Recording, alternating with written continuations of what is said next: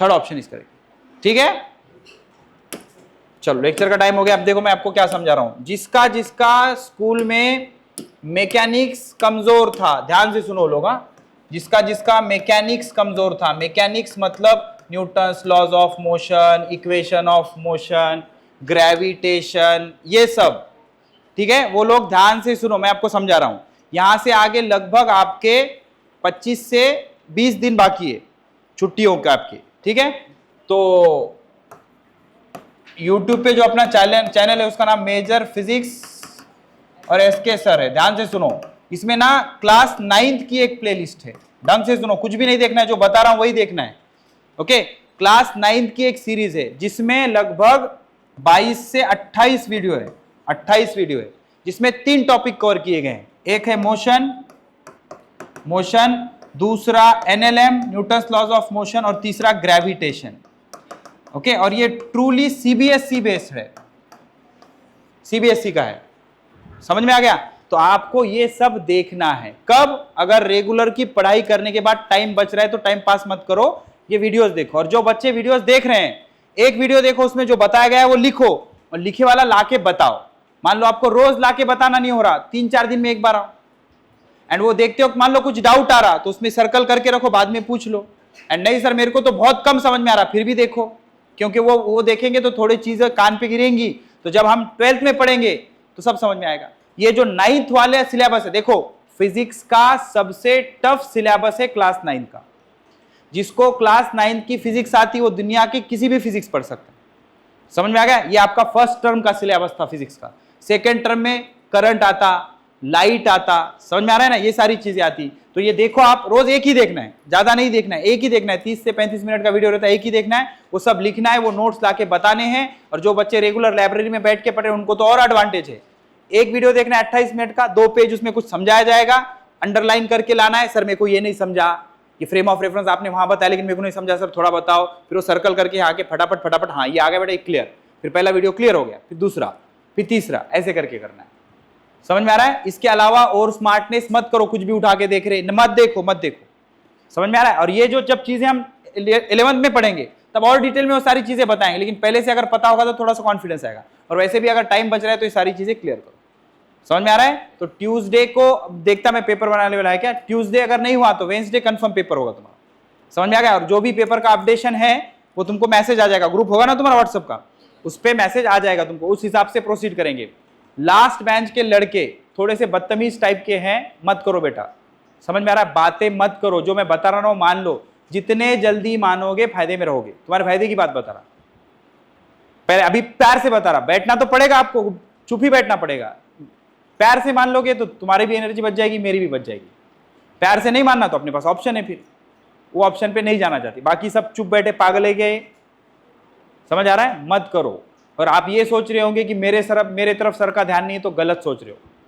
अगर ऐसा है तो मुंडी भी हिला के देख लो, 1 बार 2 बार 3 बार, तीसरी बार मैं घूर के देखूंगा, मेरा पैटर्न नहीं हुए, फिर भी हिला रहा है, फिर ही बोलूंगा मैं, क्योंकि अभी तुम छोटे से बच्चे हो, चूजे नन्हे मुन्ने, अभी अंडे से बाहर निकले हो, इस वजह से, वरना हिम्मत नहीं है किसी की 12th के बैच में मुंडी भी हिलाने, समझ में आ रहा है। तो वो वहां तक पहुंचते ही नहीं ना यार। अपन पहले दिन में क्या बता रहा था आपको, प्यार मोहब्बत वाली कहानी रखते अपनी, समझ आ रहा है, आराम आराम से पढ़ो, नहीं पढ़ा जा रहा फिर भी बैठना पड़ेगा, एंड फिर भी नहीं बैठा जा रहा तो अपने मम्मी डैडी को समझाओ मेरे को पढ़ना नहीं है भाई, समझ में आ रहा है। लोगों जो बच्चे यहाँ क्या पता नहीं, तुम्हारे जो पेरेंट्स है, कुछ बच्चों के पेरेंट्स ऐसे भी यहाँ पे कहाँ से कर्जे निकाल के कैसे कैसे मुश्किलों से फीस भरी होगी उन्होंने, तो उनको तो पढ़ने दो ना भाई, उनके साथ तो बहुत नाइंसाफी हो जाएगी। क्योंकि एक बच्चा अगर पढ़ लिख के डॉक्टर बन जाएगा तो उसकी पूरा खानदान सुधर जाता, समझ आ रहा है। मेरी मामा की लड़की है, उसके डैडी ट्रक ड्राइवर है, उनकी 3,000 रुपये सैलरी है, 3,000 रुपीज सैलरी है, और बाकी कुछ सोर्स ऑफ इनकम भी नहीं है। उनके बच्ची ने 3 बार रिपीट किया, 3 बार रिपीट। फर्स्ट अटेम्प्ट में 580 स्कोर आया था उसका, मिस हो गया। सेकेंड अटेम्प्ट में 610 आया था, फिर मिस हो गया। थर्ड अटेम्प्ट में उसका 675 स्कोर आया, 675। अब जे हॉस्पिटल मुंबई में मेडिकल कर रही हूँ, ट्रक ड्राइवर है डैडी उसकी, मतलब कौन कौन सी मुश्किलों से पढ़ा है। अब 4-5 साल वहां पे गुजार ले, नोट छापने की मशीन बन जाती है, समझ आ रहा है। जब गरीबी थी तब किसी ने हेल्प नहीं की, अब मेडिकल को सेलेक्ट हो गई बच्ची, अब उसको बड़े बड़े लोगों के रिश्ते आ रहे, दुनिया का दस्तूर ही ऐसा है, जब अपने पास सच में मदद की जरूरत रहती तो कोई मदद नहीं करता, और जिसकी मदद की जरूरत नहीं रहती उसके पास लोग भर भर के आते, दूं क्या दूं क्या। समझ में आ रहा है? तो असली जरूरत वाले को कोई मदद नहीं करता। तो ऐसे बनो ही मत कि तुमको मदद की जरूरत हो, ऐसे बनो कि 4 लोगों की हम मदद कर पाए। तो ये जो हरकत है तुम्हारी, ये मदद करने वाली है नहीं बेटा, तो यहाँ करने देते नहीं हम। वो तो तुम नए हो, नए दामाद, तो तुमको थोड़ा सा अरे बेटा बेटा किया जा रहा है, तो बाटा बाटा, समझ में आ रहा है कि नहीं? ढंग से, आराम से, डिसिप्लिन, आराम से बैठो, आराम से पढ़ो, आराम से जाओ। तुमको नहीं पढ़ा जा रहा, बाकी वालों को पढ़ने दो। नहीं सर मेरे को तो बहुत ही उबास आ रही, घर वालों को समझाओ। बात समझ में आ रही है? दूसरों की बद्दुआ मत लो। ओके, ये ढंग से अच्छे से प्रैक्टिस करना। जो भी जैसा भी डाउट है, डाउट सेशन में आके डिस्कस करो। वो भी अपना अपना अपना पढ़ना शुरू करो, वीडियोस देखो, उसको समझो, एक एक वीडियो देख के देखो डेफिनेशन में क्या बता रहा है मास्टर, पोजीशन किसको बोलते हैं, डिस्प्लेसमेंट किसको बोलते हैं, वेलोसिटी किसको बोलते हैं, ये सारी चीजें। लास्ट टाइम तो हमने ये भी किया था, जो तुम्हारी सीनियर बैच है उसमें, कि ये जो वीडियोज हैं ये हमने कंपलसरी किए थे, लेकिन इस बार कंपलसरी नहीं करेंगे, अपने हिसाब से देखो तुम। कंपलसरी किए थे और उस पर एक टॉपिक खत्म होने के बाद टेस्ट भी रखी थी। समझ में आ रहा है? तो टेस्ट वेस्ट तो रखेंगे नहीं हम इस बार, कोई टेंशन नहीं। आराम से पढ़ो, देखो, समझो, चीजों को मोटा मोटी समझ में आना चाहिए, क्योंकि यहाँ पे ऐसा कोई भी बहादुर नहीं है। कितने भी बड़े सीबीएसई स्कूल से पढ़ के आया, उसको मैं जरा सा एक इक्वेशन ऑफ मोशन लिख दूं, वो पतली हो जाएगी, बोले अरे ये कहाँ से आया। समझ में आ रहा है? तो धीरे धीरे चीजें चल रही है, अच्छे से समझो, उसको डाइजेस्ट करो, और कोई ऑप्शन नहीं है आपके पास। समझ आ गया? चलो बाकी नेक्स्ट लेक्चर में देखें। हाँ, शॉर्ट नोट्स बताओ ना बेटा, रेगुलर बच्चे आके पूछ रहे शॉर्ट नोट्स में क्या लिखना है, कैसे लिखना है। पहले तुम क्या करो, अगर शॉर्ट नोट्स तुमको फाइनल बनाने हैं तो पहले क्या करो, तुम पेजेस पे लिख के लाओ, पेज पे लिख के लाओ, सर मैंने ये शॉर्ट नोट्स बनाई, इसमें मैंने गलती क्या की या और क्या ऐड करूँ, तो मैं समझा दूंगा बेटा ये इसकी जरूरत नहीं, इसकी जरूरत नहीं। ऐसे आपको 3-4 बार करना पड़ेगा। 3-4 बार कर लोगे तो आपको खुद से समझ में आ जाएगा मास्टर कौन सी चीजें हटा रहा है और कौन सी चीजें ऐड कर रहा है।